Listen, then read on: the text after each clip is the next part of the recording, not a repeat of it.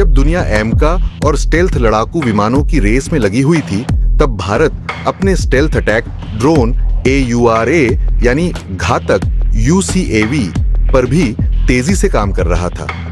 अब इसका full scale model बनकर तैयार हो चुका है और इसका फैब्रिकेशन लगभग पूरा हो चुका है। ये दुनिया का पहला ऐसा ड्रोन होने जा रहा है जो कि EOTS सिस्टम के साथ आएगा, यानी कि ये इलेक्ट्रो ऑप्टिकल टारगेटिंग सिस्टम के साथ आने वाला ड्रोन होगा और ये इसे दुनिया का नंबर 1 ड्रोन बना देगा। वो इसलिए क्योंकि आज तक किसी भी ड्रोन में ऐसी कैपेबिलिटी नहीं आई। और ये खास क्यों है?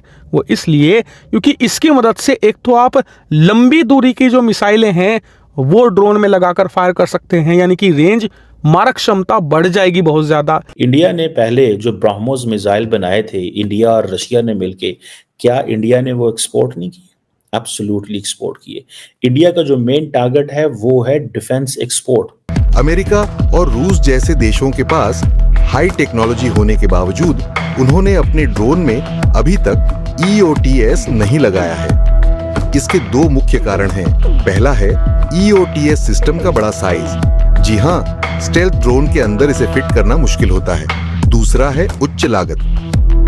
जी हाँ, EOTS काफी महंगा सिस्टम है। इसके पीछे एक सबसे बड़ी थ्योरी आप बार बार इस्तेमाल करते थे कि हम कन्वेंशनल वार नहीं लड़ सकते भारत के साथ, क्योंकि भारत बहुत बड़ा है, बहुत बड़ा कंट्री है और आज तो उनके पास फाइनेंशियल स्ट्रेंथ भी मौजूद है और आज उनके पास मिलिट्री स्ट्रेंथ भी मौजूद है कि हम कन्वेंशनल जंग नहीं लड़ सकते, इसलिए हमने एटॉमिक बम रख लिया है बना के। लेकिन उसके बाद आपने अखराजात कम क्यों नहीं किए अपनी आर्मी के? मोदी जी पाकिस्तान में कोई इन्वेस्टमेंट नहीं करेंगे, हमें कोई पैसा नहीं देंगे, ना लोन की शक्ल में ना इन्वेस्टमेंट की शक्ल में। अभी भी टाइम है मोदी जी, पाकिस्तान के साथ हाथ मिला लीजिए। दोस्तों, भारत नई से नई ऊंचाइयां छूता जा रहा है और जो हमारा DRDO आप जानते हैं वो कमाल पे कमाल कर रहा है।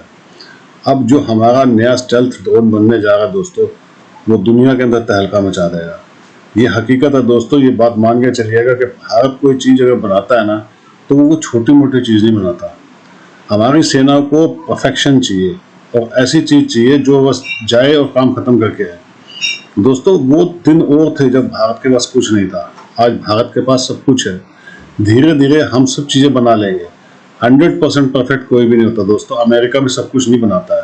हाँ, ये अलग बात है कि वो हमसे बहुत ज़्यादा एडवांस है, लेकिन आने वाले दिनों में हम सबको पीछे छोड़ देंगे। ये मुझे पूरा विश्वास है दोस्तों। अपने साइंटिस्टों पर भी विश्वास है। कमेंट्स कीजिएगा, वीडियो को लाइक और चैनल सब्सक्राइब जरूर कीजिएगा। Thank you very much.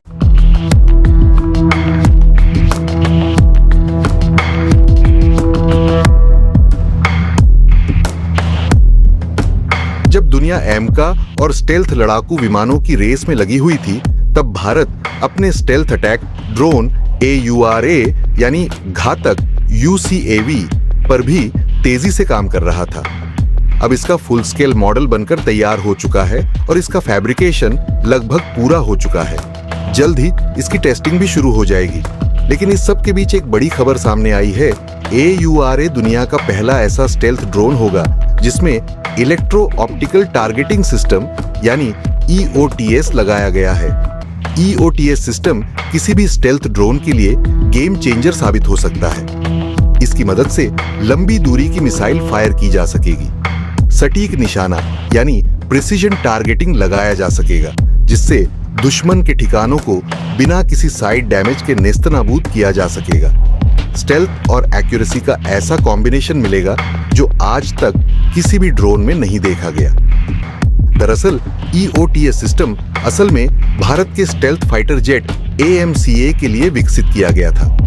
लेकिन AMCA प्रोजेक्ट में देरी होने के कारण भारतीय वैज्ञानिकों ने इसे AUCAV में फिट करने का फैसला किया। इस कदम से न केवल भारत का ड्रोन गेम में दबदबा बढ़ेगा, बल्कि यह दुनिया का पहला स्टेल्थ ड्रोन विद EOTS बन जाएगा। इंडिया ने पहले जो ब्रह्मोस मिसाइल बनाए थे, इंडिया और रशिया ने मिलके, क्या इंडिया ने वो एक्सपोर्ट नहीं किए? एब्सोल्युटली एक्सपोर्ट किए। इंडिया का जो मेन टारगेट है वो है defence export. Main target defence export है। इस चीज को देखते हुए वो समझते हैं कि अगर हम ये डिफेंस एक्सपोर्ट कर सकेंगे तो हमें तो बहुत फायदा है। अमेरिकन के साथ उनको डिसएडवांटेज ये है कि अगर वो ले भी लेते हैं, प्रॉब्लम ये है कि वो जो गारंटीज मांगते हैं अमेरिकन, ना तो वो टेक्नोलॉजी ट्रांसफर करते हैं, ना वो जॉइंट प्रोडक्शन करते हैं, ना वो किसी और मुल्क को जाने देते हैं। अब रशियंस ने ये जो कहा है, इंडिया इसमें स्ट्रेटेजिक इनिशिएटिव लेना चाहता है रिगार्डिंग मेक इन इंडिया, ठीक है जी। और रशियंस कहते हैं कि ठीक है, हम आपको मैन्युफैक्चरिंग में सपोर्ट करेंगे, मेंटेनेंस में सपोर्ट करेंगे, टेक्नोलॉजी ट्रांसफर में सपोर्ट करेंगे। इन तीनों चीज़ों के अंदर अमेरिकन इंडिया को सपोर्ट नहीं करेंगे, ना वो करना चाहते हैं। सो इंडिया के लिए जिस चीज़ की ऑफर है वो ये है, लेकिन प्रॉब्लम ये है रशिया की बहुत सारी जो शिप्स हैं, रशियन शिप्स और बाकी शिप्स जो रशियन ऑयल लेके जा रही हैं, उनको प्रेसिडेंट ट्रंप जो है वो सैंक्शन कर रहे हैं, जिसकी वजह से बहुत सारा तेल जो है वो इंडिया नहीं पहुंचेगा। सो इस चीज को थोड़ा सा जहन में रखें कि ये चीजें हैं। सो इंडिया के लिए ये मसला है कि अगर वो Su-57 ले लेते हैं तो अमेरिकन बोलेंगे, रशियन फ्रेंच बोलेंगे, सारे का सारा इवन के स्पेनिश बोलेंगे। इसके पीछे एक सबसे बड़ी थ्योरी आप बार बार इस्तेमाल करते थे कि हम कन्वेंशनल वार नहीं लड़ सकते भारत के साथ, क्योंकि भारत बहुत बड़ा है, बहुत बड़ा कंट्री है, और आज तो उनके पास फाइनेंशियल स्ट्रेंथ भी मौजूद है और आज उनके पास मिलिट्री स्ट्रेंथ भी मौजूद है कि हम कन्वेंशनल जंग नहीं लड़ सकते, इसलिए हमने एटॉमिक बम रख लिया है बना के। लेकिन उसके बाद आपने अखराजात कम क्यों नहीं किए अपनी आर्मी के? आपने लोगों की वेलफेयर पे पैसे क्यों नहीं लगाए? फिर उसके बाद आपकी इकॉनमी और लोगों की तालीम बेहतर क्यों नहीं हो रही? फिर उसके बाद क्योंकि आप सिंसियर ही नहीं है पाकिस्तान के साथ। आप बल्कि आज अगर देखा जाए तो आप ट्रेड के अलावा, ट्रेड और एजुकेशन के बगैर यू कैन नॉट सर्वाइव, और उसके तरफ दोनों चीजों की तरफ इनकी तवज्जो नहीं है। दोनों तरफ आप बांग्लादेश को 4 मिसाइल दे देंगे, क्या फर्क पड़ेगा? भारत उसके साथ टिट फॉर टैट और कुछ कर लेगा, वो बलूचिस्तान पे ज्यादा जोर दे देगा, फिर क्या करेंगे? वो इस वक्त तालिबान को मजीद वो साथ देखे ना, दुनिया के अंदर there is no free lunches. अगर वो तालिबान के पास जाएंगे, तालिबान उनकी बात सुनेंगे, और तालिबान उनके साथ बात कर भी रहे हैं। आपके पास सिर्फ एक ही स्ट्रेंथ मौजूद थी आलिया कि Afghanistan is a land lock, और आप कराची की पोर्ट से जो उतरता था तालिबान लेके जा, वो चाबहार की तरफ जा रहे हैं सारे। उन्होंने काउंटर कर लिया, वो चाबहार से सारा कुछ कर लेंगे। आपकी ये जो एक स्ट्रेंथ थी आपकी, ये भी खत्म हो जाएगी, उसके बाद खत्म हो रही है बल्कि। तो दर हकीकत मेरे ख्याल में कोशिश करनी चाहिए कि एक तो बच्चों की तालीम पे तवज्जो दें, बेचारे समुद्रों में मर रहे हैं, गुर्दे बिक रहे हैं, कि तरस करें कि उन लोगों का तो हमने हाल ये कर रखा है।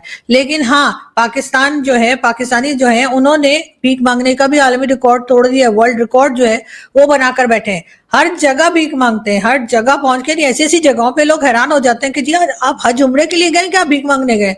यही हाल पाकिस्तान में भी आप किसी से भी मिल लें, 2-4 दिन के बाद वो आपसे कोई ना कोई अपनी दुख भरी कहानी जरूर सुनाता है, और वो दुख भरी कहानी सुनने के बाद आपका यही होता है कि अगर आपके पास थोड़े से भी पैसे हैं तो आप जेब में हाथ डालते हैं और कहते हैं कि ये लो बीबी और निकलो इधर से।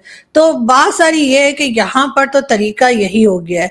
इसकी रीजन क्या है पता नहीं, शायद हमारे मिनिस्टर्स को, हमारे गवर्नमेंट को और लोगों को देखकर लोगों को ऐसा लगता है कि अगर प्राइम मिनिस्टर या उससे भी ज्यादा के लोग जाकर जो है वो भीख मांग सकते हैं, तो हम तो आम आदमी है भाई, हम तो जिसे कहते हैं नौकरी पेशा लोग हैं, वर्किंग क्लास हैं, हमें मांगने में क्या है?